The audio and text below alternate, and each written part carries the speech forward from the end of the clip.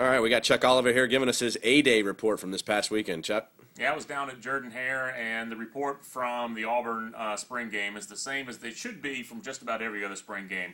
Calm down. Take what you see, about a half a cup of what you see, get a half a cup of water, mix it together, and understand that it was literally just a spring game. That if the offense has a huge play, either your running back is really good or you got problems at outside linebacker, whoever's supposed to have contain on that side.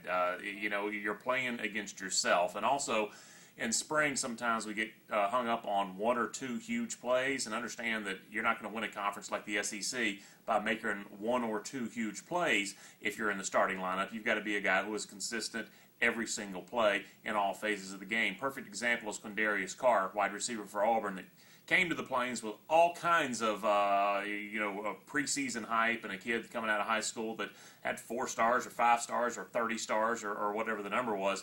And he's never really produced for Auburn, but had 2 monster plays, especially one on a short pass that he took to the house for a touchdown. Well, that was great for a couple of plays on Saturday, but Quindarius Carr has to develop all parts of his game.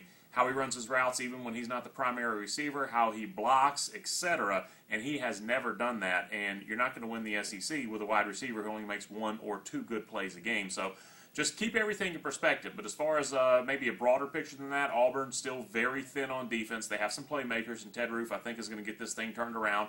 Offensively, Cam Newton, surprisingly, looked the worst out of all 4 quarterbacks, and I still think he's going to be the starting quarterback. It was just the situations where he was in the game, the down and distance, and some of the play callings. He didn't really have a chance to kind of show off his skill. So if you just look at the raw stats, Cam Newton was probably the least impressive of the 4 quarterbacks, and I still believe he will be the starter come August.